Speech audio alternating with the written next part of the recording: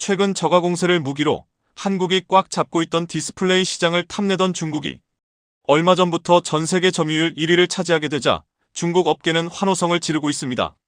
그동안 디스플레이 시장에서 압도적인 1위를 차지하던 한국을 드디어 중국이 꺾었다며 앞으로 디스플레이 말고도 반도체를 비롯한 첨단 산업 분야에서도 한국을 이길 수 있는 밑바탕이 생겼다며 자신감이 가득 찬 상황입니다. 여기에 삼성의 스마트폰과 경쟁하면서 막대한 판매량을 자랑하는 미국의 아이폰에 수천만 대의 디스플레이 패널 납품을 성공하면서 앞으로 중국 디스플레이 시장에 탄탄대로가 열릴 줄 알았으나 최근 중국 내 1위 업체의 설계 결함으로 인한 공정 변화로 애플이 중국과의 계약을 파기하면서 중국의 디스플레이 업계는 초비상이 걸렸습니다. 그런데 중국의 물량을 떠안게 된 한국의 삼성과 LG는 반사이익을 얻게 된 가운데 뜬금없이 일본 스마트폰 이용자들이 난리가 난 상황이라고 하는데요. 어떻게 된 일인지 자세히 알아보겠습니다. 최근 글로벌 디스플레이 시장, 그 중에서도 LCD 시장에서 한국이 힘을 쓰지 못하고 있습니다. 삼성과 LG 디스플레이 측에선 앞으로 LCD 패널의 생산과 연구 개발을 중단한다고 밝히며 그동안 한국의 첨단 산업과 성장 궤도를 같이 해온 LCD 산업이 저무는데 큰 아쉬움이 남는 상황인데요. 몇 년 전까지만 해도 디스플레이의 절대 강자로 불리던 한국의 LCD 산업이 이렇게 몰락한 이유는 중국산 디스플레이의 저가 공세와 수년 전부터 반복된 한국산 기술 탈취가 그 원인으로 지목되고 있습니다. 한국의 LCD 산업은 초창기엔 일본의 견제를 받았지만 기술력과 품질로 일본의 디스플레이를 압도하고 TV 시장에서 압도적인 품질을 보여주는 등 세계 정상의 자리에 올라섰습니다. 이 과정에서 한국의 기술력을 전 세계에 알리는 것은 물론이고 수십만 개의 일자리를 창출하면서 국가 경제에 이바지했지만 아쉽게도 6월을 마지막으로 삼성 디스플레이에선 하나 남은 LCD 생산 라인마저 가동을 중단하며 한국의 LCD 사업은 역사의 뒤안길로 사라질 예정입니다. 하지만 시대에 뒤떨어진 LCD와는 다르게 한국 기업들은 이런 사태를 미리 예측하고 차세대 디스플레이로 낙점한 OLED를 연구 개발하며 선택과 집중에 나서고 있습니다. 기술 수준과 시장 진입 장벽이 매우 낮은 LCD는 중국처럼 물량 공세가 가능하지만 최첨단 기술이 필요한 OLED는 진입 장벽이 매우 높아 현재 글로벌 OLED 시장의 점유율은 한국이 80% 이상을 차지하면서 사실상의 독점 체제를 구축했습니다. 현재 산업계에서도 OLED는 모든 면에서 LCD와 비교가 안 된다며 시간이 갈수록 LCD 수요는 줄어들게 되고 그 자리를 OLED가 전부 차지할 것이란 전망이 나오고 있습니다. 따라서 중국에게 LCD 자리를 내줬음에도 한국은 세계 시장 점유율 80%의 OLED 기술력으로 기술 선두의 자리를 지키고 있습니다. 하지만 앞으로 문제되는 부분은 중국이 저가형 LCD 시장을 장악하면서 벌어들인 돈으로 OLED 연구 개발을 진행해 시장 점유율을 조금씩 늘려가고 있다는 것입니다. 대표적으로 전 세계 매출과 영업이익 1위를 달성한 BOE는 지난 10년 동안 6조 원에 달하는 중국 정부의 지원금을 받으며 LCD 디스플레이 패널의 원가는 한국 업체들보다 30% 내지 40%가량 저렴하게 맞췄습니다. 이렇게 LCD를 통해 벌어들인 돈으로 OLED에 진출하며 그동안 한국의 삼성과 LG가 독점하고 있던 아이폰에 탑재되는 OLED 디스플레이에 중국제 BOE 디스플레이 패널이 납품되는 지경에 이르렀습니다. 2020년경 BOE는 아이폰 12 디스플레이의 교체품 공급사로 채택되었고 2021년엔 더욱더 깊숙이 진출해 매우 소량이지만 아이폰 13의 OLED 디스플레이를 공급했습니다. 이어서 올해는 아이폰 14의 디스플레이 패널 공급 계약을 새롭게 체결하면서 삼성과 LG가 나눠먹기 하던 애플의 디스플레이 공급망에서 새로운 경쟁자로 부상했습니다. 과거엔 기술력이 부족해 애플 공급망에 참여할 수 없었지만 7.8기로 도전한 결과 중국산 OLED 디스플레이를 납품하며 한국 업체들을 제치고 진정한 세계 1위로 거듭나려는 시도를 하고 있습니다. 지난해 진행된 계약대로라면 BOE는 올해 애플의 OLED 패널 5천만 장을 납품하는 것으로 예정되어 지난해부터 OLED 제조 시설에 대한 전폭적인 투자를 감행했습니다. 5년치 영업이익금에 해당하는 6조 원을 들여 새로운 OLED 공장을 신설하고 라인을 갖췄다는 것입니다. 이번 투자에도 역시나 중국 정부의 조단위 지원금과 중국 은행의 특별 대출이 있었다고 전해지는 가운데 최근 중국 디스플레이 업계에게 청천벽력 같은 소식이 전해졌습니다. 애플이 BOE의 OLED 디스플레이 패널 공급을 전면 취소하며 수천만 대에 달하는 물량을 삼성과 LG에게 몰아주기로 결정했다는 상황입니다. 애플 측은 중국 BOE가 아이폰 13에 탑재되는 패널의 설계를 임의대로 수정한 것을 두고 신뢰관계가 깨졌다고 판단한 것입니다. 삼성이나 LG보다 기술력이 낮은 BOE는 양품 비율, 즉 수율을 높이기 위해서 아이폰 13에 탑재되는 방막 트랜지스터의 회로 설계를 변경했습니다. BOE 측에선 지금 당장 문제되는 것은 없다고 주장하지만 설계가 변경되면서 기존의 안정성 테스트와 다른 조건이 만들어져 차후 문제를 일으킬 가능성이 높고 제품의 기대 수명에도 안 좋은 영향을 준다는 게 전문가들의 분석입니다. 즉 BOE의 설계 변경 조치는 안정성을 담보로 생산량을 늘리는 조치였기에 만에 하나 아이폰에 문제가 생길 경우 애플 브랜드 자체 신뢰도에도 문제가 생길 수 있는 일입니다. BOE는 자사 고위급 임원을 애플 본사에 파견하여 설계 변경에 대한 기술적인 소명을 했지만 BOE와의 공급 계약 철회라는 애플의 결정을 바꾸지 못한 것으로 보입니다. 여기에 추가로 기존의 BOE와 계약했던 하반기에 사용할 3천만 개의 아이폰 패널 물량을 삼성과 LG가 나눠서 배정받을 것이란 관측이 나오며 한국 디스플레이 업계가 때 아닌 수혜를 볼 것으로 보입니다. 여기에 BOE는 창사 이래 최대 위기를 맞게 되었습니다. 애플의 공급사로 채택되면서 중국 정부와 은행에게 돈을 빌려 수조 원 규모의 공장을 신축하는 등 막대한 투자를 했지만 이번에 기술력의 부족으로 인한 설계 변경과 공급 계약 철회로 인해 수조 원짜리 공장이 공급사를 찾지 못하고 먼지만 날리게 된 상황입니다. 다른 공급사를 찾기도 어려워진 상황입니다. 애플에게 계약을 철회당한 BOE에 대한 기술력과 신뢰도에 문제가 생기면서 아무도 BOE 패널을 탑재하지 않으려 하고 있습니다. 세계 디스플레이 시장 1위 국가인 중국의 1위 업체인 BOE에서 이런 일이 발생하자 중국 디스플레이 업계 전반적으로 신뢰도에 타격을 받고 있습니다. 게다가 BOE에게 디스플레이용 부품과 소재를 납품하던 협력업체들도 하루아침에 일감을 잃어버리게 된 상황입니다. 그런데 여기에 뜬금없이 일본의 스마트폰 소비자들이 나서서 한국산 제품으로 갈아 끼워달라는 요청을 하고 있는데요. 일본은 전통적으로 아이폰 점유율이 매우 높은 국가입니다. 몇 년 전까지만 해도 아이폰 점유율이 70%에 육박할 정도로 전 세계에서 압도적으로 제일 높은 수준입니다. 일본이 아이폰을 많이 사용하는 이유는 세계 1위 점유율을 기록 중인 한국의 스마트폰에 대한 반감과 일본 자국산 제품의 부진이 복합적으로 작용한 결과로 분석됩니다. 여기에 일본 특유의 전체주의 문화로 많은 사람들이 선택하는 스마트폰을 무의식적으로 따라 선택하는 경향이 있습니다. 세계 어떤 나라에서도 일본처럼 스마트폰 점유율이 극단적으로 편중되는 곳이 없습니다. 결론적으로 일본은 한국의 스마트폰을 사용하지 않으려고 했지만 놀랍게도 아이폰 부품 중 절대다수는 한국산입니다. 절대다수는 한국산입니다. 놀랍게도 아이폰 부품 중 아이폰의 가격을 차지하는 원가 중 30%가량이 한국 제품으로 그 중에서도 디스플레이나 배터리와 같은 중요한 부품이 대부분 한국산입니다. 이번에 아이폰에 탑재된 BOE 패널이 문제를 일으켰다는 소식에 일본의 아이폰 사용자들은 크게 당황하면서 자신의 스마트폰 속에도 중국제 BOE 패널이 탑재되었는지 여부를 확인하는 움직임이 급격히 늘어났다고 합니다. 특히 BOE 패널은 극소량만이 아이폰에 탑재되었고 삼성이나 LG의 패널보다 품질이 떨어지기 때문에 같은 가격을 주고 아이폰을 구매했는데 누구는 한국산 부품이 들어가고 누구는 중국제 부품이 들어가는 것은 불공평하다는 소식입니다.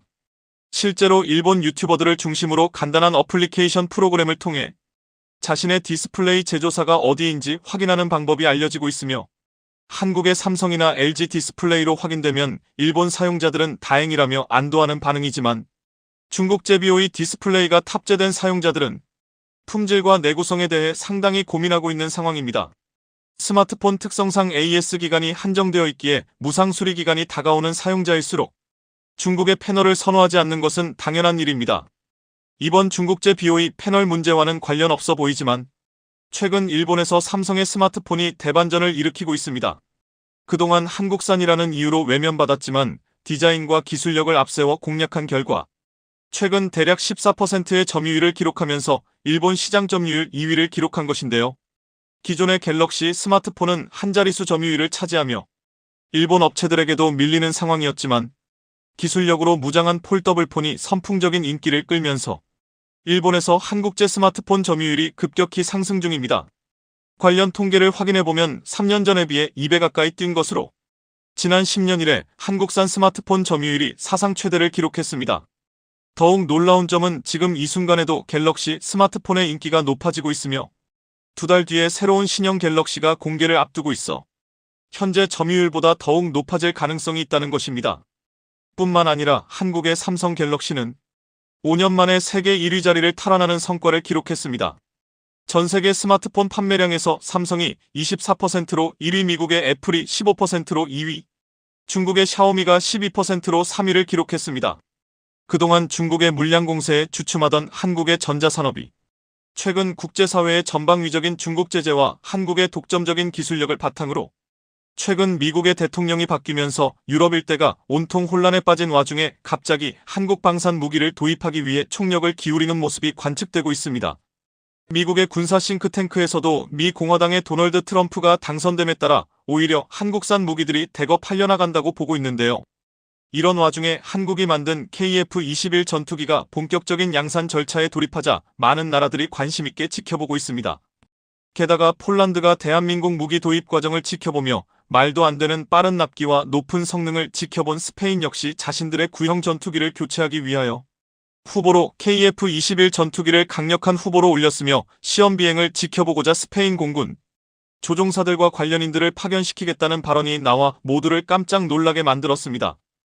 해당 내용 자세히 알아보겠습니다. 북한의 참전 이후 러시아 우크라이나 전쟁의 판세가 혼란에 빠지자 많은 유럽 국가들이 일제히 한국 방산 무기를 도입하기 위해 총력을 기울이는 모습이 관측되고 있습니다.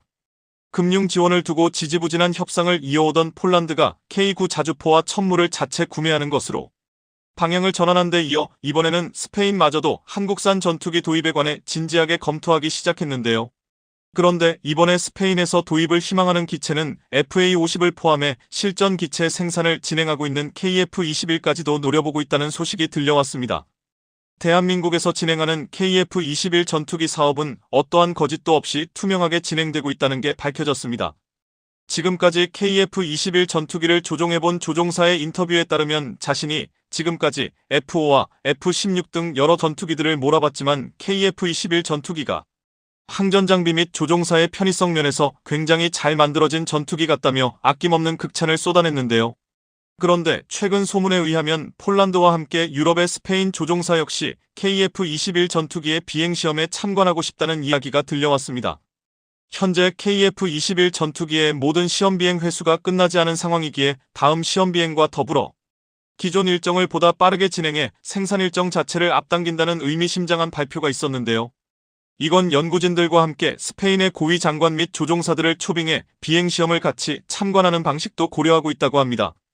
사실 한국 항공우주 산업에서 개발 중인 KF-21 전투기는 애초부터 해외 수출을 위해 개발이 시작된 전투기인데요. FA-50 병공격기를 도입해 실전 배치에 성공한 폴란드가 KF-21 전투기에 관심을 나타냈으며 같은 유럽 국가인 스페인마저도 KF-21 전투기 도입에 관해 진지하게 검토하기 시작했고 하나라도 해외 수출을 성사시키기 위해 고군분투 중인 카이 측은 그들의 조종사들을 불러 비행작전의 참관식에 참여시키려 하는 것입니다. 사실 우리 대한민국은 단순히 무기만 잘 만들어내는 것이 아닌 우리의 방산 능력을 전 세계에 알리기 위해 노력하고 있는데요. 가장 큰 예로 스톡홀름 국제평화연구소에 따르면 K9 자주포가 전 세계 자주포 수출 시장의 점유율 1위로 압도적인 기록을 가지고 있습니다. 그런데 K9 자주포를 수입해 사용해본 국가들 대부분이 한국산 무기에 대한 높은 신뢰도를 가지고 있다는 것인데요. 그리고 이런 신뢰를 기반으로 한국산 무기를 추가 구매를 고려하고 실제로 구매를 하는 모습을 볼 수 있었습니다. 그렇기에 KF-21 전투기 개발을 끝마치고 대량 생산해서 국내 공군의 실전 배치와 함께 한국산 무기를 사용해본 국가들에게 해외 수출까지 원활하게 진행될 것으로 보고 있는데요. KF-21 전투기를 도입하는 한국 공군은 물론 한국산 무기를 구입한 국가들의 전투력의 비약적인 상승은 함께 보장될 것입니다. 이에 따라 전 세계인들이 한국의 KF-21 전투기에 또다시 주목할 수 있는 계기가 생길 것으로 보이는데요. 세계 방산 시장에서 한국이 새로운 신흥 강자로 떠오르고 있는 만큼 앞으로 한국의 행보에 전 세계인들의 이목이 쏠리게 될 것입니다. 한국 무기들은 비단 유럽뿐만 아니라 중남미까지도 진출을 시작했는데요. 현대루템은 페루가 5월 달에 발주한 차린형 장갑차 사업을 수조해 현지에서 관련 사업을 진행하고 있는 가운데 이번에 새롭게 K2 전차까지 페루에 공급하는 계약이 추가된 것으로 알려져 전 세계를 깜짝 놀래키고 있습니다. 이를 본 많은 해외 외신들은 대한민국이 중남미 국가들에게 다양한 기갑 장비를 추가로 공급할 수 있는 기반을 마련했다는데 성공했다고 놀라워하고 있는데요. 남미 한 군사 매체는 현재 한국 방산 수출의 남미 지역 70% 감당하고 있는 페루는 한국 첨단 무기 체계의 주요 정비 중심지이자 지역적 접근 지점으로 떠오르고 있다고 보도했습니다. 놀랍게도 페루는 K2 전차 외에도 KF-21의 첫 해외 고객이 될 것으로 전망되고 있는데요. 한국항공우주산업카이는 지난 16일 페루 국영 항공회사인 세만과 KF-21의 부품을 공동 생산하기로 하는 양해각서를 체결했습니다. 강구영 카이 사장은 이번 계약을 성사시키면서 페루가 KF-21과 FA-50을 도입하면 카이의 주력 고정 수입 라인업을 완성하는 첫 수출국이 될 것이라고 했는데요. 페루를 생산기지로 활용해 전투기 교체가 시급한 중남미 국가에 대한 마케팅을 강화할 것이다 라고 말했습니다. 폴란드 디펜스24는 이 소식을 긴급보도로 전했는데 흥미롭게도 지금까지 페루는 공식적으로 이러한 전투기 구매에 관심을 표명하지 않았다며 당혹스러워했습니다. 이것은 폴란드도 일찍이 KF-21 공동개발에 관심을 가진 바 있었기 때문에 갑자기 등장한 페루의 난색을 표한 것으로 보였습니다.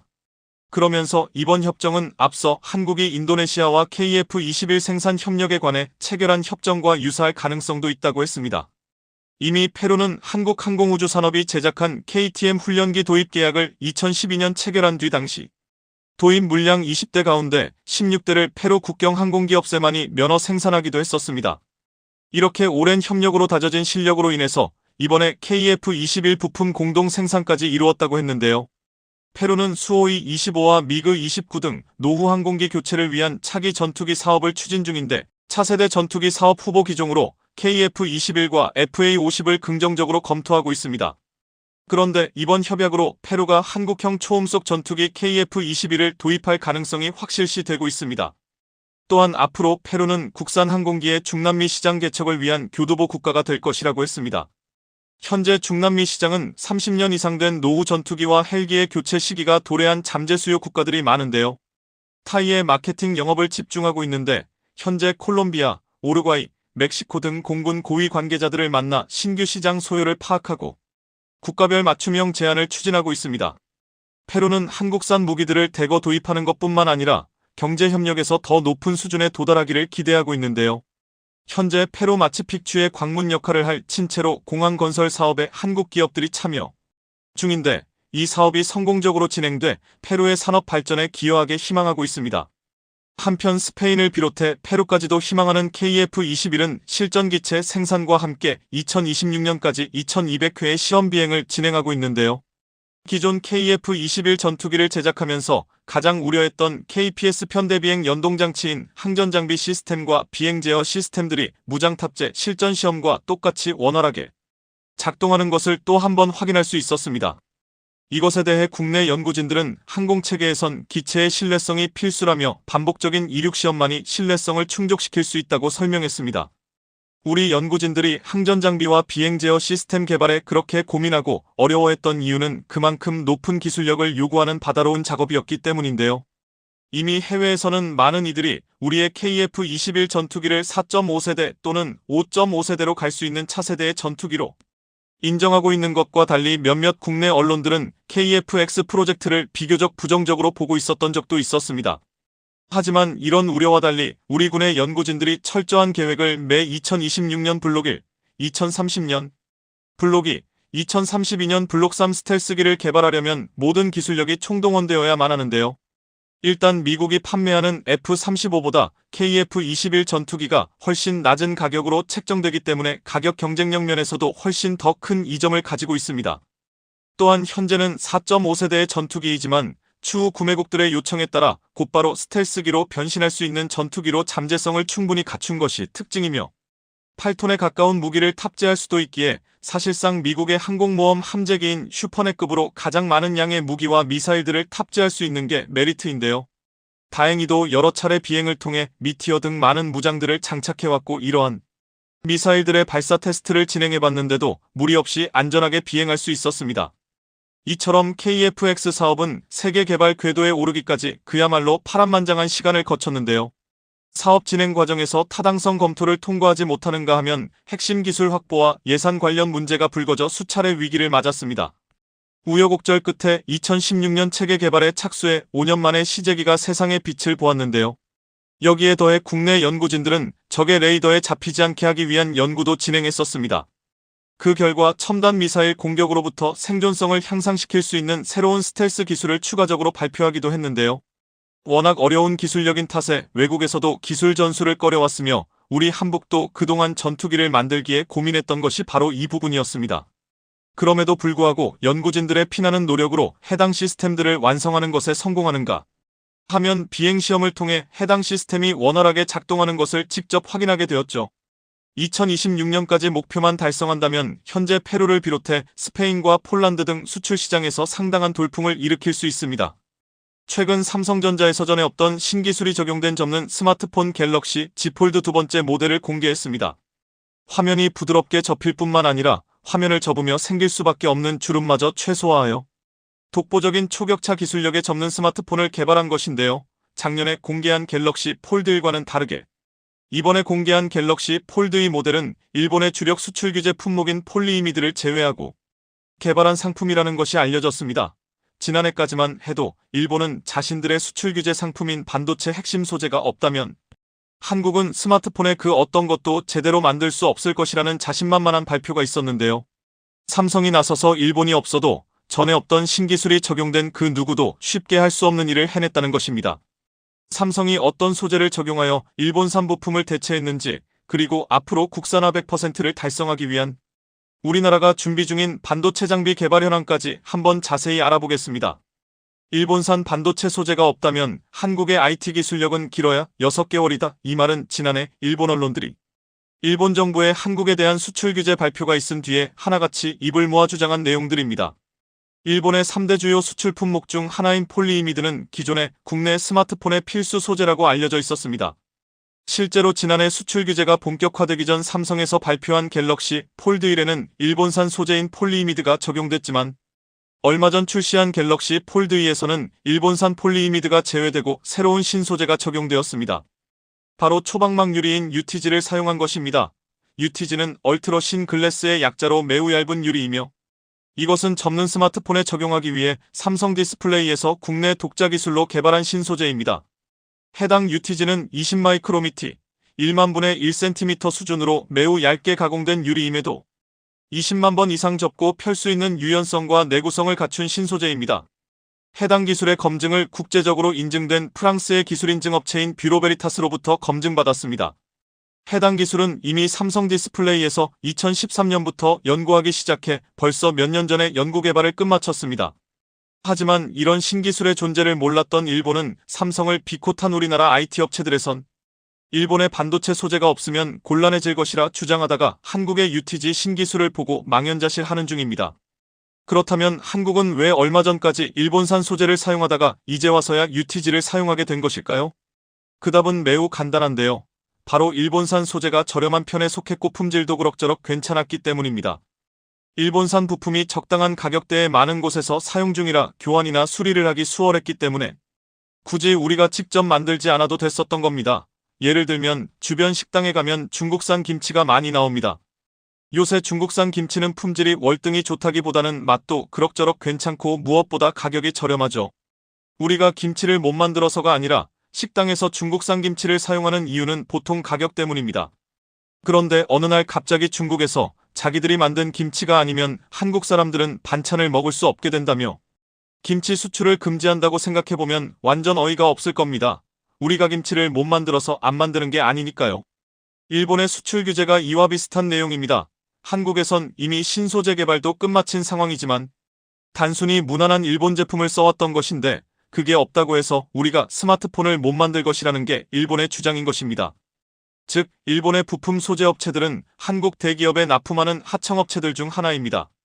세상에 어떤 대기업이 하청업체가 납품을 안 해줘서 위기를 맞게 된 적이 있을까요? 보통 그렇게 위기를 줄 만한 하청업체들이면 대기업에선 해당 업체를 인수하거나 기술을 개발하여 대비를 합니다. 그런데 주제를 모르던 하청업체가 납품 물품을 가지고 배짱을 부린다면 결과는 좋지가 않겠죠. 지금 일본의 소재 업체들은 매우 곤란한 상황에 빠졌습니다. 한국의 스마트폰 제조는 세계에서 기장 규모가 크기 때문에 한국에 납품을 한다는 것 자체가 하청업체로서는 굉장히 안정된 판매처를 보유하게 되는 것입니다. 작년까지만 하더라도 삼성은 일본의 스미토모사에서 투명 폴리이미드를 납품받았습니다. 해당 납품 규모는 133억엔, 우리 돈 1,500억 원 정도의 규모인데 지금은 거래가 완전히 끊겼습니다. 이에 일본의 스미토모사에선 매출이 곤두박질 쳤고 거래처가 사라지자 재고가 늘고 상황이 안 좋아졌습니다. 이번에 출시된 갤럭시 폴드2는 삼성에서 출시한 스마트폰 중 역사상 가장 비싼 모델입니다. 무려 240만 원 선인데요. 이렇게 초고가 프리미엄 스마트폰에 국내 업체가 납품한 부품을 적용했다는 점에서 의미가 있습니다. 앞으로 새롭게 출시할 그 어떤 스마트폰에서도 일본산 부품은 설 자리가 없다는 뜻이기도 합니다. 삼성에서 일본산 소재에서 벗어나 국산 소재를 적용하자 해외의 IT 전문가들도 호평을 하고 나섰습니다. 일본산 부품이 적용됐던 기존의 모델에선 필름이 벗겨지는 등의 문제가 발생해서 출시가 미뤄지는 일이 생긴 적이 있지만 이번엔 국산 소재로 필름이 존재하지 않고 유리로 되어 있기 때문에 일본산 소재에서 나타났던 문제점이 발생하지 않는다는 점입니다. 한마디로 완성도가 더욱 높아졌다는 뜻입니다. 삼성은 기술뿐만 아니라 디자인에서도 호평을 받았습니다. 휴대폰이 아니라 예술작품이라는 평가부터 세상에 없던 것을 창조해낸 디자인이라는 등 각종 매체와 해외 전문가들로부터 극찬이 나왔습니다. 우리나라의 기술력 확보를 위한 노력은 여기서 그치지 않고 일본이 발을 붙이지 못히도록 준비 중입니다. 지난달 말일 삼성의 실적 설명회에서 그동안 일본이 꽉 잡고 있던 EUV 포토레지스트 산업에 진출하겠다며 여러 제조업체와 긴밀하게 협력하겠다는 의지를 밝혔습니다. EUV 장비의 포토레지스트를 꽉 잡고 있는 일본 기업은 시장 점유율 70% 이상을 차지하고 있으며 이에 일본 정부가 지난해 7월부터 EUV용 포토레지스트 수출 제한 조치를 해왔습니다. 이에 삼성에서는 협력사들과 포토레지스트를 개발하여 일본 업체를 뛰어넘는 기술력을 보여주겠다는 발표가 있었고 최근 일본의 반도체 소재 업체들은 지난 1분기에 이어서 2분기마저도 실적이 약화됐다는 발표가 나왔습니다. 삼성에 공급하던 것이 끊어진 소미토모 회학은 지난해 2분기보다 매출액은 530억엔 우리 돈 약 6천억 원이 감소하였고 영업이익은 436억엔 우리 돈 약 5천여 원이 감소하였습니다. 스텔라케미파의 경우 지난해 2분기 매출 1,150억 원에서 이번 2분기 매출은 200억이 감소한 실적이 발표됐습니다. 포토레지스트로 유명한 일본의 JSR 경우 올해 2분기 영업이익은 약 250억 원으로 전년도 2분기 영업이익 730억 원에서 약 70% 감소한 수치입니다. 한국의 반도체 질주를 막겠다며 실시한 수출 규제 조치가 일본 자국 기업들의 성장을 막아서고 있는 것입니다. 앞으로도 이런 수출 규제가 계속 유지되어야 하는 이유가 있습니다. 먼저 일본이 자랑하는 3대 핵심 소재인 불화수소, 폴리이미드, 포토레지스트 이 세 가지 중에서 고순도 불화수소는 이미 국내 공장에서 생산 중이고 우리 업체들이 품질 테스트까지 마쳐 현재 사용 중입니다. 두 번째로 고급형 폴더블 스마트폰에 쓰였던 폴리이미드는 삼성에서 자체 개발한 UTG를 사용하게 되면서 이제는 더 이상 쓸 일이 없다는 것입니다. 그리고 마지막으로 포토레지스트마저 삼성에서 협력사들과 협력하여 압도적인 기술력을 보여주겠다고 했으며 이에 미국의 글로벌 소재업체인 듀폰에서 충청남도 천안에 EUV용 포토레지스트 공장을 짓는다는 발표가 있었습니다. 일본 업체들이 주춤한 틈을 타 국내 업체들이 신이 난 상황입니다. 동진세미캠은 얼마 전 포토레지스트 공장을 증설하기로 했고 SK머티리얼즈는 올해 초에 금호석 유화학의 포토레지스트 사업부서를 인수하여 EUV용 연구개발에 착수했습니다. 전문가들은 이런 성과가 수출 규제가 있은지 1년 만에 이루어낸 엄청난 기술력과 노력의 결과라는 평가입니다. 우리 기업들이 기술력이 부족했다면 스스로 자체 개발하는 것이 쉬운 일은 아니었을 겁니다. 상황이 어떻게 되었건 간에 이번 수출 규제의 결말이 점점 보이고 있습니다. 일본 업체들은 천문학적인 영업손해가 있는 상황이고 이것은 계속해서 쌓일 텐데 얼마나 더 버틸까요? 이제 와서 다시 수출을 풀어주겠다고 하면 모든 게 해결될까요? 우리나라 자체적으로 최신식 공장이 올라가고 있는 상황에 얼마 뒤면 일본의 소재들은 사용하지 않게 되고 뛰어난 기술력으로 경쟁력을 갖춘 우리 것을 사용하게 될 것입니다. 즉 이 말은 그동안 일본 반도체 소재의 최대 고객이었던 한국이 일본을 떠난다는 말이고 최근 발표된 일본 업체들의 마이너스 실적은 앞으로도 비슷하게 유지될 것이라는 전망입니다. 이에 눈치 빠른 일본 업체들은 수출 규제의 영향을 피해 아예 한국으로 넘어오고 있는 상황입니다. 일본 업체인 다이오홀딩소는 충남 당진에 숄더레지스트 공장을 짓는다고 발표했으며 간토덴카 공업도 마찬가지로 충남 천안에 반도체 소재용 카르보닐 가스를 제조하는 공장을 가동했습니다. 일본이 야심차게 준비한 수출 규제였지만 한국은 거의 영향을 받지 않고 늘 하던 것처럼 전 세계인들이 열광하는 스마트폰을 만들며 우수한 반도체 제품을 생산하고 있습니다. 거기에 그치지 않고 그동안 일본이 생산하던 수많은 반도체 소재 공장들을 국내에 새로 짓고 가동하여 지역 경제 발전과 일자리 창출에 이바지하고 있습니다. 전 세계 1위 소재 업체인 듀폰과 심지어 일본에 한국으로 들어와 공장을 짓고 일자리를 창출하고 있습니다. 일본의 수출 규제가 있은 지 벌써 1년인데요. 우리 국민들은 처음에 이런 수출 규제가 말이 되냐, 최대 고객인 한국에게 무슨 근거로 수출을 규제하냐는 등 이해할 수 없다는 반응이었지만 날이 가면 날이 갈수록 일본의 수출 규제 조치가 결과적으로 우리에게 이득이 되는 상황이 오고 있습니다. 앞으로 일본에서 어떠한 정책을 내놓든지 한국은 지금처럼 영리하게 해결해 나갈 수 있을 것이라는 확신이 들었습니다. 어떻게 지금 같은 시기에 정부가 국민의 살보다 잠수함을 우선할 수 있나? 지난 8월 27일 태국 방콕에서 반정부 시위가 열렸습니다. 코로나로 경제가 어려운 가운데 8,500억 규모의 중국산 잠수함 2척을 구매하는 것에 대한 비판이었습니다. 그런데 이 시위의 진정한 원인이 된 것은 태국 정부의 중국 잠수함 부실 계약이 더 컸습니다. 시민들은 정부가 무리하게 중국산 잠수함 도입을 추진하며 많은 위법 행위를 저질렀다고 비판했습니다. 그런데 원래 태국 정부가 도입을 추진했던 것은 중국산 잠수함이 아닌 한국산 잠수함으로 알려지면서 논란은 더욱 커졌습니다. 왜 태국 시민들은 최고 성능의 한국산 잠수함을 포기하고 중국산 잠수함을 계약하게 됐는지 따져묻고 있습니다. 태국은 2차 세계대전에서 미국 잠수함의 놀라운 위력을 지켜보면서 오랫동안 잠수함을 동경해왔습니다. 그러다가 2000년대 들어서 베트남과 말레이시아, 싱가포르 등이 잠수함을 구입하는 것을 보았고 특히 캄보디아의 갈등은 잠수함 도입에 대한 생각을 강화시켰습니다. 결국 태국에서도 76억 바트 약 2,880억 원을 마련해 잠수함을 도입하기로 계획을 세웠습니다. 그런데 잠수함이 12,000톤급만 해도 4천억 원에서 6천억 원을 넘겼기 때문에 이 돈으로 잠수임을 사기에는 부족했습니다. 결국 태국 정부는 중교 잠수함을 사기로 했습니다. 그리고 수소문 끝에 독일이 오랫동안 운용하다가 퇴역시킨 잠수함 U206호를 찾아냈습니다. 이 잠수함은 1973년부터 독일 해군이 쓰던 잠수함으로 무려 30년 가까이 쓰다가 퇴역시킨 물건이었습니다. 사용연한이 67년 남아있었지만 연만 방어용으로 쓰던 소형 잠수함으로 크기는 500톤에 불과했습니다. 자막 능력도 형편없고 다른 잠수함과 달리 어뢰 발사관에 잠전해 놓은 8발의 어뢰가 무장의 전부였습니다. 이같이 조건이 좋지 않았음에도 이 잠수함 6척을 구입하기 위해 태국은 독일 정부에 1년 가까이 협상을 진행했습니다. 하지만 결국 독일은 판매를 거부하고 다른 잠수함을 사라고 권고했습니다. 독일이 제안한 건 한국의 U209급 잠수함이었습니다. 태국 해군이 당초 구입을 추진했던 U206급 독일산 중고 잠수함은 사용연한이 67년밖에 남지 않았지만 20년가량 작전에 투입된 U209급 한국 중고 잠수함은 사용연한이 15년가량 남아있었습니다. 한국이 보유한 U209급 잠수함은 대한민국 최초의 잠수함으로 장보고함이라고 불렀는데 그동안 놀라운 성능을 인정받으며 엄청난 활약을 해온 것으로 많이 알려져 있었습니다. 장보고함은 48만 킬로미터 무사고 기록을 달성했는데 이것은 세계 잠수함 역사상 보기 드문 기록이었습니다. 또한 장보고함은 선재는 작지만 낮은 소음과 우수한 성능으로 각종 연합훈련에서도 놀라운 성적을 기록했습니다. 장보고함은 세계 최대의 국제해군 훈련인 림팩 2004에 처음으로 참가하여 황군 잠수함에 편성되어 청군 함대를 무너뜨리는 데 큰 공을 세웠습니다. 미국 태평양 함대의 잠수함 사령관 설리반 소장은 장보고함이 청군 세력을 전멸시킨 능력과 기술은 매우 인상적이었다고 말했습니다.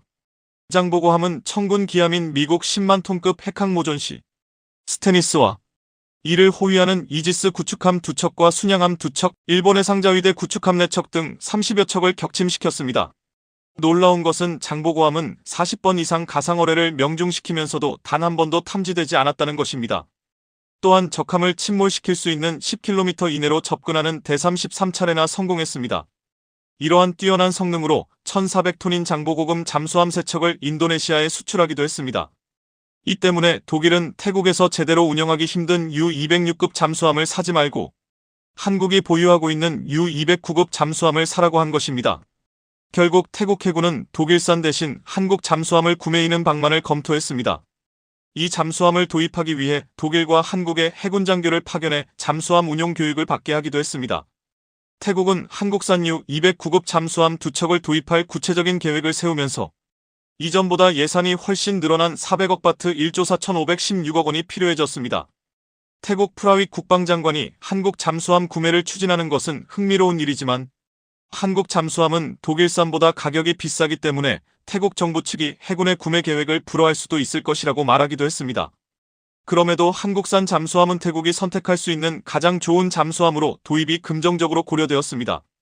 그런데 2014년 5월 모든 것이 바뀌었습니다. 태국에서 육군사령관 프라윕 짜오차가 쿠데타로 권력을 잡았기 때문입니다. 프라윕은 국왕에게 쿠데타 승인을 받았지만 민정이양을 미루며 미국 등 서방과 관계가 좋지 않았습니다. 이에 프라윕 정권은 중국과 손을 잡기 시작했습니다. 그리고 중국은 태국이 잠수함을 원한다는 사실을 알고 파격적인 제안을 던졌습니다. 중국은 잠수함 3척을 2척 가격에 주겠다며 한 척은 중국이 주는 공짜 선물이라고 했습니다. 중국은 자국 해군이 막 배치를 시작한 41형 잠수함 3척을 8억 4천만 달러 약 9,940억 원에 제공하겠다는 것이었습니다. 더구나 결제 방식도 25년 거지 분할 상환의 무이자였습니다.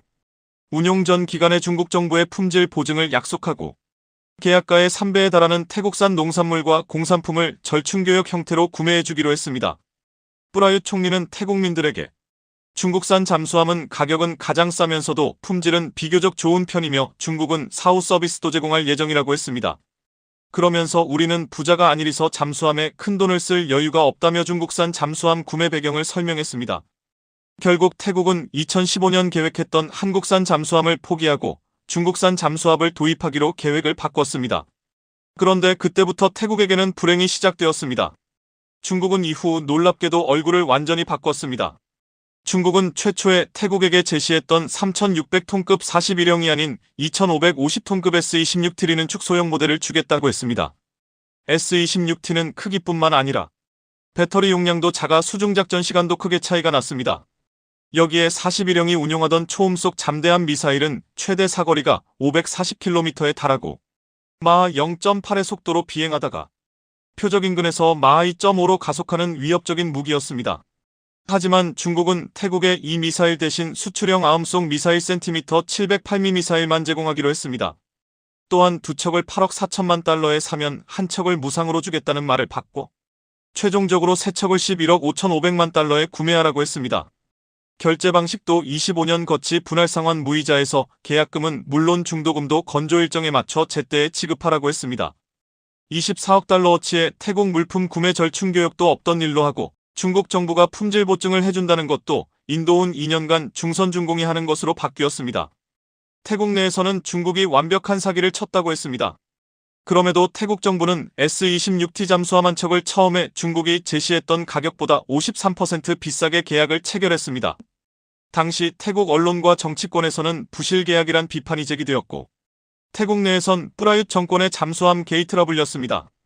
이후 태국 내에서 비판이 거세지자 프라윕 총리는 성명을 내고 계약에 문제가 있었던 것 같다며 대금이 전부 지급된 한 척을 제외하고 나머지 2척의 도입을 무기한 연기한다고 밝혔습니다. 그럼에도 이훈 태국 정부는 중국의 LPD형 상록함 한 척과 중국제 전차 49대를 계약했습니다. 그리고 최근 2021년 예산안에서 중국에게 225억 바트 8,480억 원로 잠수함 2대를 구매하기로 결정했습니다.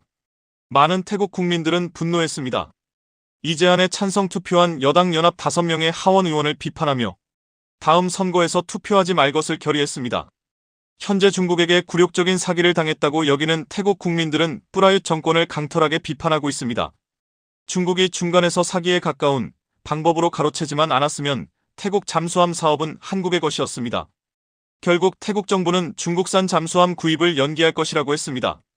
그동안 중국은 이와 같은 방법으로 한국의 자리를 차지한 곳이 한두 군데가 아니었습니다. 국내 태양광 산업은 중국 업체들의 저가 공세로 시장 점유율이 전년보다 12%포인트나 하락하며 줄도산의 공포에 시달리고 있습니다. 특히 조선업과 스마트폰 등에서도 중국은 저가 공세로 우리를 위협했습니다. 하지만 중국의 저가 공세로 거세게 추격해올 때 우리는 기술로서 승부했습니다. 최근 한국 조선업은 2달째 중국을 제치고 세계 선박 수준 1위를 지키며 고부가 가치 선박을 싹쓸이하고 있습니다. 한때 한국을 이기고 1위를 차지했던 중국은 LNG 추진선을 수주의 기술 부족으로 납품이 지연되면서 신뢰를 잃었고 이로 인해 한국 조선업에 대한 신뢰는 더욱 높아졌습니다. 또한 삼성전자 스마트폰의 1위 지리를 위협했던 중국 화웨이는 최근 미국 제재로 인해 스마트폰 시장에서 퇴출될 위기에 놓여 있습니다.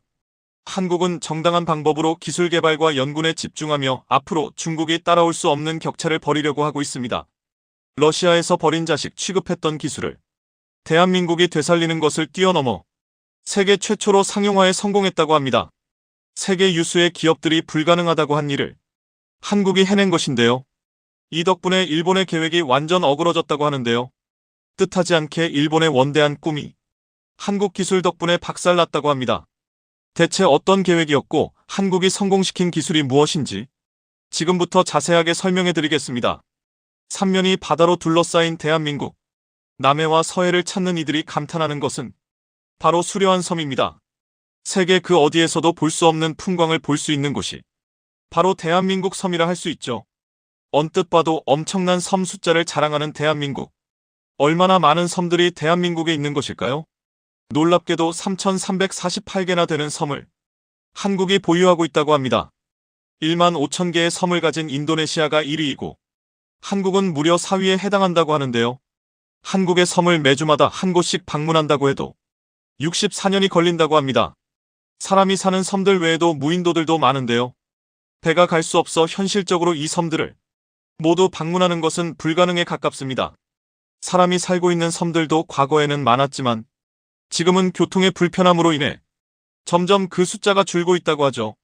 그런데 이 모든 섬들을 아무 문제 없이 이동할 수 있는 수단이 생겼다고 합니다. 그것도 몇십 시간이나 배를 타고 이동하는 것이 아니라 단 몇 시간만 있다면 대한민국 어디든지 갈 수 있다고 하죠. 하늘을 나는 배라고 불리는 위그선이 바로 그 주인공입니다. 위그선은 사실 사람들에게 잘 알려지지 않은 이동수단인데요. 배와 비행기의 장점만을 결합한 초고속 해상 운송 수단이라고 합니다. 맨 처음에 위그선을 개발한 것은 핀란드의 기술자 카아리오 Kaari오였는데요. 이를 본 소련에서 위그선의 군사적 이용을 염두에 두고 연구를 진행했습니다. 육해공에서 빠른 속도로 움직이는 위그선을 활용한다면 군 부대 이동 시 적진에 빠르게 투입할 수 있다고 바라본 것이죠. 연구를 하던 중 소련은 카스피해 근방에서 개량 중인 위그선 실험을 감행합니다. 당시 시속 550km의 속도로 날아가는 이 형체에 미국은 깜짝 놀랐다고 하는데요. 미 중앙정보국 CIA는 이 비행체를 보고 바다괴물이라 불렀다고 하죠.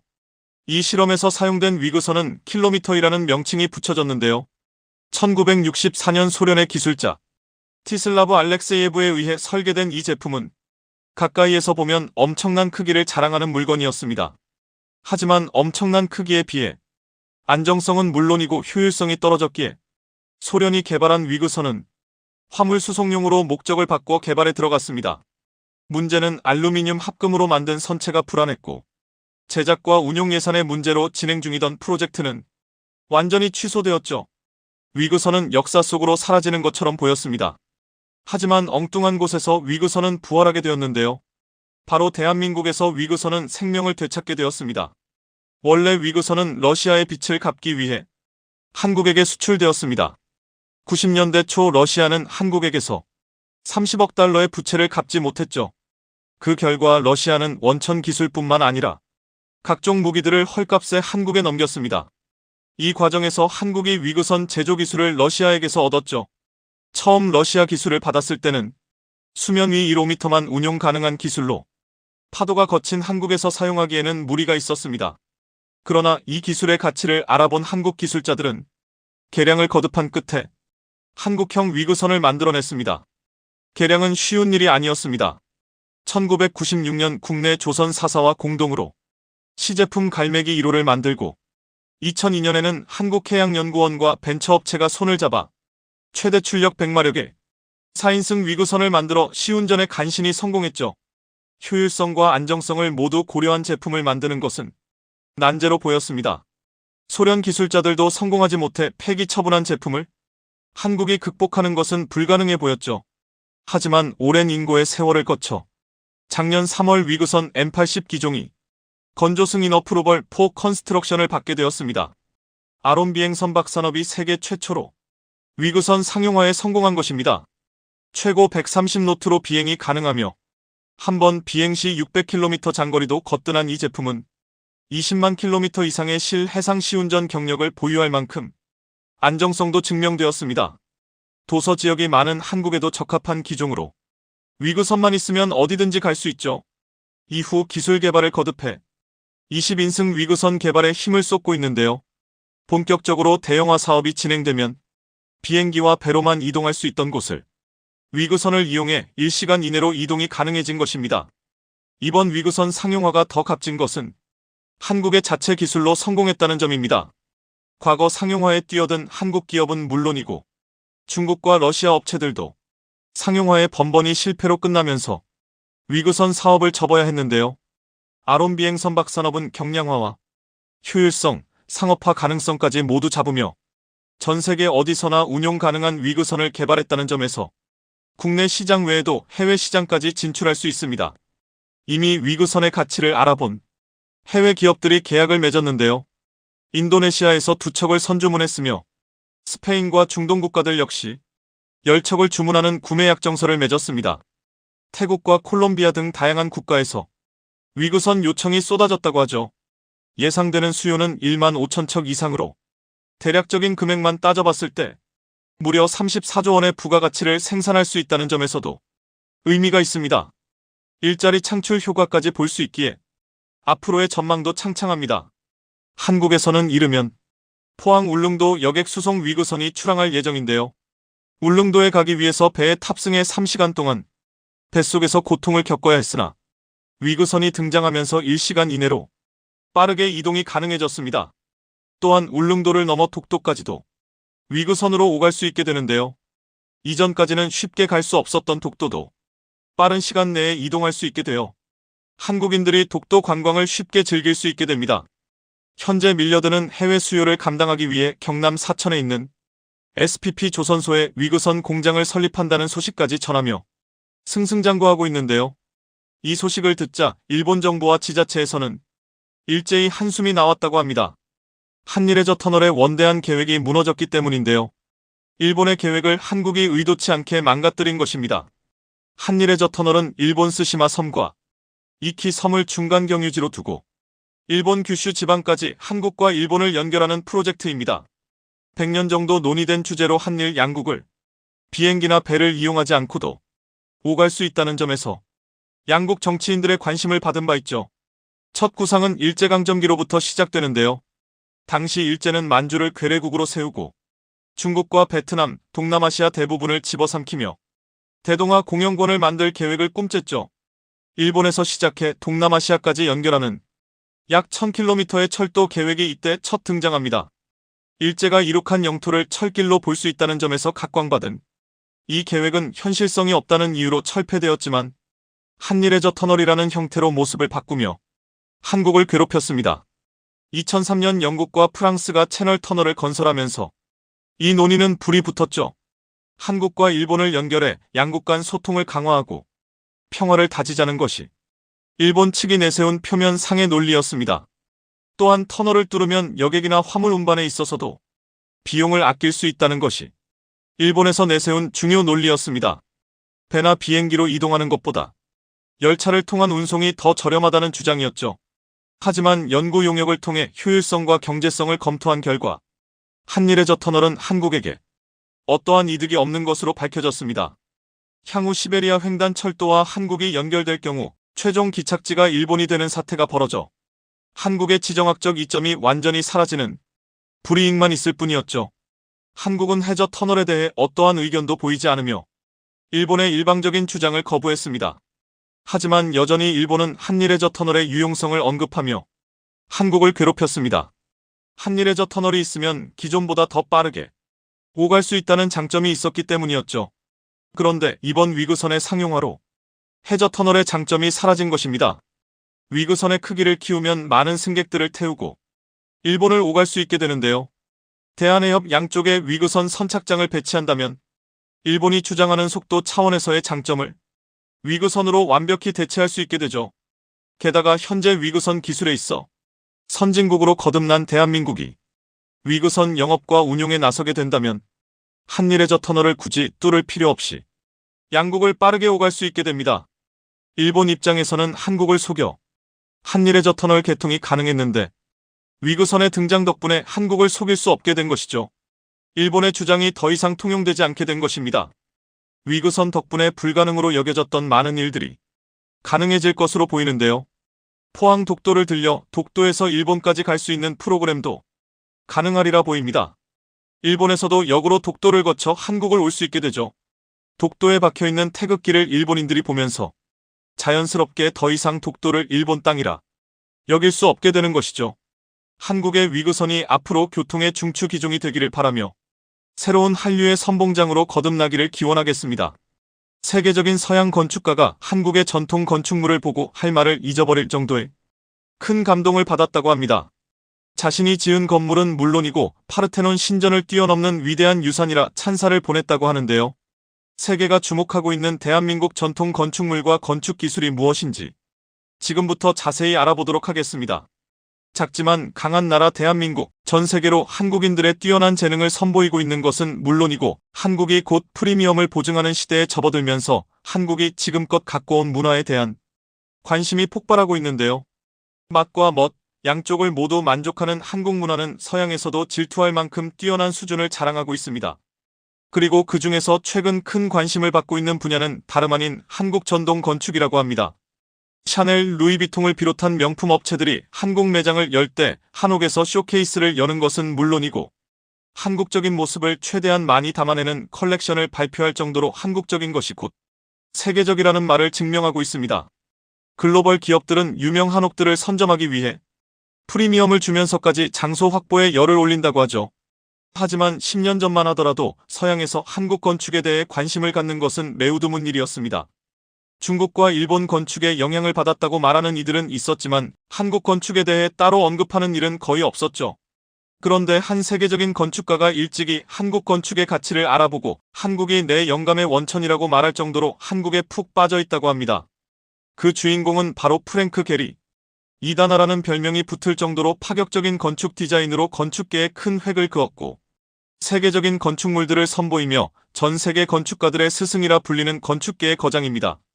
특유의 구불구불한 형태로 이제는 도시의 상징이 되어버린 스페인의 빌바오 구겐하임 미술관이 그의 대표작이죠. 그는 다른 건축가들이 직선을 고집하던 때에 곡선을 사용해 건축하는 것은 물론 콘크리트 건축이 대세일 때 티타늄을 건축 자재로 사용하는 등 대세와는 다른 자신만의 고집을 관철한 인물입니다. 창조적인 작업을 매우 중요하게 생각했던 프랭크 게리는 자신의 작품에 큰 자부심을 가지고 있어 다른 건축물을 매우 까다롭게 평가하는 걸로도 유명한데요. 뉴욕, LA, 상하이, 토론토 등 세계적인 유명 건축가들이 마찬가지로 세계적인 대도시들에 지은 건물들을 따분 번화하다고 평가하며 열정과 사랑이 느껴지지 않는 건물은 의미가 없다고 독서를 날리기도 했죠. 건축가의 노벨상이라 부르는 프리츠커 상도 받으며 승승장구하던 그는 우연히 들린 아시아 국가에서 충격적인 경험을 하게 됩니다. 바로 한국에서 종묘를 마주하게 된 것이죠. 당시 그는 여행차 방문한 한국 일정에서 우연히 종묘를 방문하게 되었다고 하는데요. 종묘를 본 순간 숨막힐 것 같은 아름다움을 느꼈다고 합니다. 말로 표현하기 힘든 장엄함과 숭고함 그리고 그 모습을 지탱하는 단순함에 자신이 가지고 있는 미적 감각이 송두리째 흔들리는 기분을 느꼈다고 하죠. 그는 이후 여러 언론 매체에 한국 종묘에 대한 이야기를 하며 한국이 이토록 아름다운 건물을 보유하고 있는 것에 감사해야 한다고 말하며 종묘에 대한 극찬을 쏟아냈습니다. 심지어 여기에 비견될 수 있는 건축물은 그리스의 파르테논 신전 정도밖에 없을 거라고 말하며 한국의 전통 건축이 얼마나 위대한지 찬사를 보낼 정도였습니다. 한국을 두 번째 방문했을 무렵 프랭크 게리는 모든 일정 중에 종묘 참관 일정을 무조건 넣어달라 요구하며 가족들 모두가 이 놀라운 건축물을 직접 보기를 바랬다고 합니다. 단체 관람만 가능한 종묘의 특성상 다른 관광객과 같이 종묘를 봐야 했으나 그는 단독 관람을 원했습니다. 그 아름다움을 혼자서 온전히 보고 싶다는 건축가로서의 소망 때문이었죠. 문화재청은 특별히 그 소원을 들어주어 개장 시간보다 더 일찍 방문하면 단독 관람을 허락해주는 방식으로 프랭크 게리의 단독 관람을 허가했습니다. 프랭크 게리는 두 번째 방문이었지만 변하지 않은 감동에 할 말을 잊으며 종묘의 모습을 한눈에 담기 위해 숨을 골랐다고 합니다. 그는 가족들을 향해 종묘의 아름다움을 느끼길 바란다고 말하며 위의 공간과 아래의 공간이 다른 점을 설명했습니다. 프랭크 게리는 동양의 목조 건물 중에서 가장 긴 모습을 띈 종묘 정전을 민주적이라고 표현했는데요. 똑같이 생긴 정교한 공간이 나란히 이어지는 모습에서 권위적이지 않고 무한한 우주를 느낄 수 있다고 답했습니다. 또한 이 종묘 건축물의 모습에서 미니멀리즘이 느껴진다는 평가에 반대하며 종묘에서 감정을 느낄 수 있다고 말했습니다. 당시 만든 사람의 열정과 감성이 느껴지면서 살아있는 느낌을 들게 한다고 평가했죠. 고집센 자신의 철학을 관철하던 나이든 건축가는 종묘를 마주하고 자신의 고집을 내려놓는 것은 물론 자신의 작품보다 더 뛰어나다는 평가를 내릴 정도로 위대한 건축물에 대한 사랑을 드러냈습니다. 이 위대한 건축물이 영감을 준 건축가는 프랭크 게리만이 아니었습니다. 한국에서 배울 건 없다고 생각하던 일본 건축가도 종묘를 마주하고는 세계가 확장되는 큰 충격을 받았다고 합니다.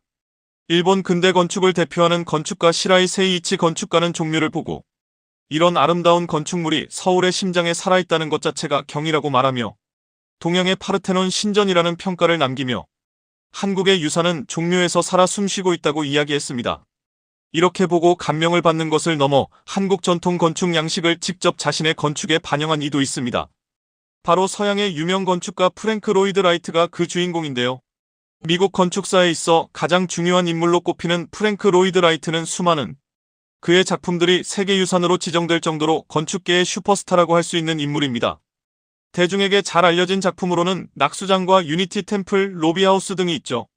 그리고 그가 지은 건물 중에 유소니아 주택이라 불리는 독특한 건물이 있습니다. 미국 보통 가정이 누릴 만한 경제적인 집을 짓자는 취지에서 디자인한 유소니아 주택에는 흥미로운 부분이 있습니다.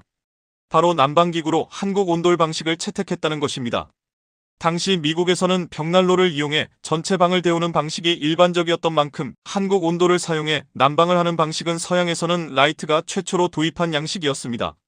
라이트가 한국식 난방 방식을 알게 된 것은 일본을 방문했을 때로 당시 한국방이라 불린 곳에 머물게 된 그는 추운 겨울날 온기 속에서 편안하게 있을 수 있다는 놀라운 경험을 하고 주인에게 난방 원리를 캐물었습니다. 그때 주인은 이것은 한국식 온돌이라고 설명해 주었죠. 온돌에 큰 감명을 받은 라이트는 곧장 한국 온돌 방식을 서양 건축에 적용하고자 노력했고 그 첫 결과물이 바로 유소니아 주택이었습니다. 오늘날 유소니아 저택은 미국에서 최초로 바닥 난방을 실현한 건물로 유네스코 세계유산에 등재되어 있습니다. 라이트는 저서를 통해 이 일화를 공개하며 환경을 극복하고자 하는 한국인들의 놀라운 난방 방식에 감탄을 드러냈습니다. 이처럼 많은 서양인들이 한국 전동 건축 방식에 감탄을 보내왔었고 한옥의 실용성과 멋에 반해 아예 한옥에 반해 한국에 눌러 사는 외국인들도 늘어가고 있습니다. 한옥 전도사라는 별명을 가진 미국의 사진작가 피터 바돌로뮤는 20대 시절 평화봉사단 일원으로 한국을 방문했다가 한옥에서의 생활에 깊은 감명을 받았다고 합니다. 아파트 같은 서구식 건축물들과는 다른 한옥의 멋과 자연스러운 모습에 반해 성북구 동소문동에 있는 한옥을 구입해서 세상을 뜨는 순간까지 47년 동안이나 머물렀고 동시에 한옥의 아름다움을 전파하는 일을 자처하며 한국인보다 한옥을 더 사랑한 외국인으로 이름을 알렸습니다.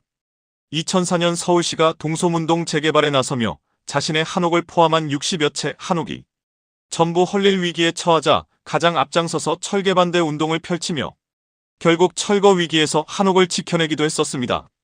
이 사건으로 한옥 지킴이라는 별명을 얻기도 했었죠. 이뿐만 아니라 한국에서 멀리 떨어진 해외에서 한옥을 짓는 것은 물론 정부 차원에서 자국민들에게 한옥의 우수성과 아름다움을 소개하는 일도 있었습니다. 지난해 UAE 수도에 위치한 박물관 루브르 아부다비에 한옥을 아예 공수해 설치하는 대작업이 이루어졌었는데요. 비행기로 공수한 한국산 소나무 목재를 끼워 맞추고 벽과 창, 바닥에 한지를 바른 것은 물론이고 한지로 지은 수에, 불경, 한지에 그린 수묵화에 이르기까지 완벽하게 전통 한옥의 모습을 그대로 UAE에 옮겼습니다. 한국에서 그대로 옮겨온 전통 가옥의 모습을 보기 위해 많은 아랍인들이 방문해 한옥의 우수성과 뛰어난 멋에 감탄을 보냈었습니다. UAE 문화지식개발부 장관은 한옥을 직접 방문해 한국의 종이 전동이 뛰어나다고 평가하며 한국의 탁월한 멋에 반했다고 말했는데요. 건물 하나를 통째로 지구 반대편으로 옮기는 이러한 전시는 결코 쉬운 일이 아니었습니다. 목재 무게가 10톤이 넘었고 코로나까지 겹치며 전시를 포기해야 할까 고민했었지만 UAE 측에서 간절하게 바라며 박물관에서 후원까지 보낸 끝에 이루어질 수 있었던 전시라고 합니다. 그리고 미국에서는 한옥을 보는 것만으로 만족하지 못하고 아예 미국에 한옥마을을 짓겠다는 놀라운 프로젝트를 발표했습니다. 미국 조지아주는 40여 채의 한옥마을을 짓기로 전북대와 기술협약을 맺었다고 발표했습니다. 전북대 역시 도면 작업과 치목 작업에 도움을 주기로 약속하며 미국 땅에서 한옥을 볼 날이 머지 않았습니다. 이번에 미국에서 한옥을 짓기로 결정한 이유는 한옥이 가진 멋과 더불어 매우 친환경적인 건축물이라는 점 때문입니다. 환경오염 문제가 국가적인 이슈로 부상한 미국에서 친환경적이면서 동시에 미적으로 아름다운 한옥을 미국 주택 건축에 도입하고자 하는 것이죠. 미국만 아니라 알제리와 베트남에서도 현재 한옥마을 수출이 결정되면서 한옥은 이제 전 세계에서 찾아볼 수 있는 건축 양식이 되어가고 있습니다. 프랑스 보시르센에 있는 고암서방 역시 동서양의 아름다운 조화를 보여주는 한옥 건축물입니다. 프랑스 센 강 주변에 위치한 이 한옥주택은 처음 건설될 당시 프랑스에서도 큰 관심을 받았었습니다. 이응노 화백의 아들인 이용세 화백의 저택인 고암서방은 한국에서 공수한 재료를 이용해 한옥 전통 방식을 고집, 완성도에 있어 타협하지 않고 오랜 기간에 걸쳐 완성된 건축물로 서양 유명 명품 기업들에서 고암서방의 가치를 알아보고 이 저택을 사들이려 시도했었으나 모두 거절당하며 프랑스에서 굉장히 유명한 저택이 되었습니다. 오히려 한국인보다 서양인들이 더 한옥을 사랑하면서 한국 문화에 열광하고 있는 것 놀라운 현실을 마주하고 있습니다. 최근 MZ세대들도 한옥과 한국 건축에 관심을 보이며 국내에서도 한옥 전동은 계속 이어질 전망인데요. 젊은이들 사이에서 힙한 문화로 인식되며 한옥 스타일을 집에 도입하거나 아예 한옥을 짓는 모습도 보이는 등 멋스럽고 현대적으로 재해석된 한옥들을 서울과 경기 지역 곳곳에서 찾아볼 수 있습니다. 외국인들이 한옥만을 보기 위해 멀리서 한국까지 찾아올 정도로 한국 전통 건축이 새로운 한류로 각광받고 있습니다. 지금보다 더 널리 알려져 K-팝이나 한국 드라마의 뒤를 이어 차세대 한류 열풍을 견인하는 원동력이 될 수 있기를 기원해보겠습니다.